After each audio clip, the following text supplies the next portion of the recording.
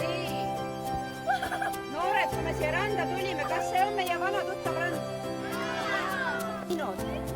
Tegelikult see on alati midagi uut, nii et uus valgerand.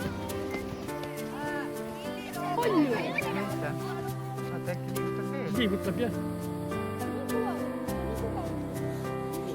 Siis sekretär määrab, mis materjalis see prügi on. Plast. Kas ta on hoopis toidupakend? On ta mänguasi? Ja nii edasi, sa vaatad üle. Algusele Lihvi rannapiiri.